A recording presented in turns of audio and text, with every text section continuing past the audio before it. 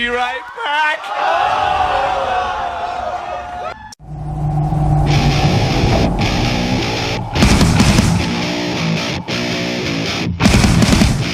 What's up, guys? This is just an update about the whole STU and Roman coming back, Scott Foley, Matthew Lillard, unscripted. I'm actually just kind of cleaning my studio right now, and I just got this new arm for my mic because my other arm had one of those like bendable type deals at the end, and it lost its like durability. So yeah, I got this new one, and I set everything up to test out the mic, and I was like, you know what? I'll just set the camera right here.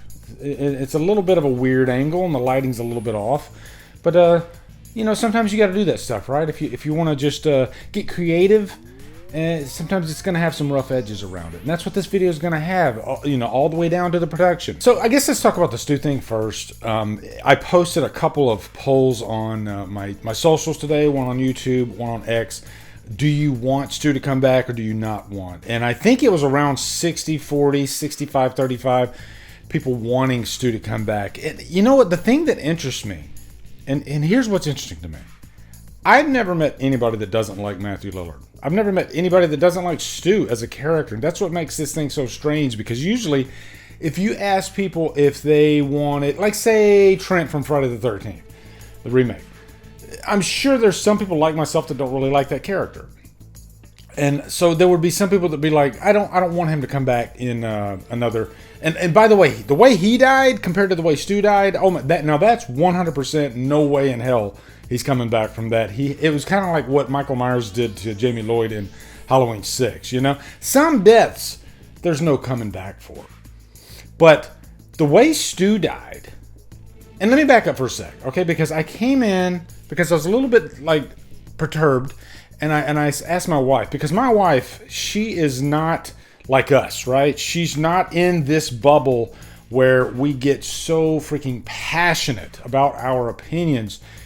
All of this is kind of, you know, she's standing on the outside of it. So she doesn't even know that there's this big debate about STU being alive. And so I kind of explained the scenario to her without telling her that there's a group of people out there that they're like so adamant that STU can never come back. And then her response to that was, really? You're talking about the Scream franchise, right? Where suspension of disbelief is like at a whole new level?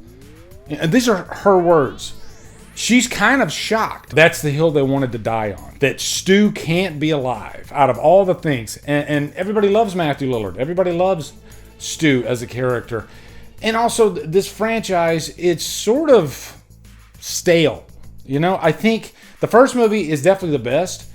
And there's some fun to be had with all the sequels. But we're knee-deep in Scooby-Doo land right now with this franchise. I think Part 7 is going to really shake things up. It's interesting that we're having a lot of the originals come back. Neve Campbell being the center of this whole thing. Kevin Williamson directing this, and I'm sure he has a heavy hand in the writing of it. It's all interesting to me, and I got a feeling this movie is going to have some big surprises, okay? And I think there's a reason they told us this stuff out the gate, because this is what it does. Everybody goes crazy. I was going to put out a video last night, but I mean, I was like, why even bother? There's like 8,000 freaking Scream 7 theory videos right now. So I'll just wait and kind of let it process a little bit, figure out where I stand on it. Of course, I want STU to come back, but I think the reason they're telling us this stuff instead of keeping it a secret and letting it be a surprise in the movie is because there's still room for surprise.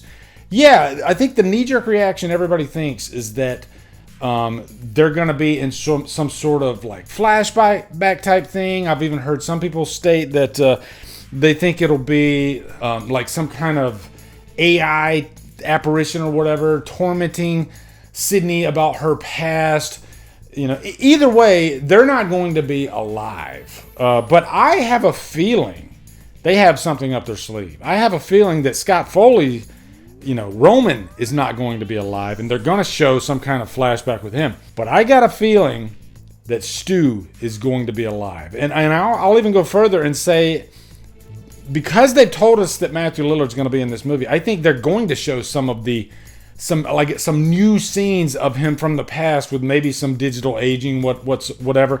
But I think the big surprise in this movie, in the final act, is going to be the real Stu is going to be back. If they don't do that, I think it's a huge missed opportunity, just because A, everybody loves the character. Even people that don't want him to come back love him. And B, it would be massive for this franchise. Can you just imagine the reaction of a crowd sitting in a theater, not expecting him to be alive at all, and then he enters the frame? Of course, it all depends on how everything plays out, the context. But if everything is set up right and he ends up being alive, remember in The Force Awakens at the last act of the movie when there's this big fight between Kylo Ren and Rey, and she's unsure of herself, and that lightsaber starts shaking, and we all thought, oh my God, that's going to be Luke Skywalker, and it wasn't Luke Skywalker. This could be that moment. There could be, I don't know what's shaking, but this could be that moment where Stu presents himself, and he would be the Luke Skywalker, and it would be completely insane if he comes back. Now, let's talk about how is this plausible, because I know some people, they love Stu, they'd be fine for him coming back, but there's no way that all these other movies have happened and nobody's mentioned that he's still alive. I think Stu's from a relatively rich family, and I have a feeling that after he quote-unquote died, even though he didn't die, it was covered up. I think that's how they write it. Right away, they cover it up, make it look like he died, and then they, because he's going to jail for the rest of his life, so they want to get him out of the country, right? I think that's a way that they could handle that, right? And those are rough edges, what I just gave you, but I think the pen and the paper can work miracles, and I think there's always a way around that, especially in horror. Okay, guys? If we want it, we will make it happen.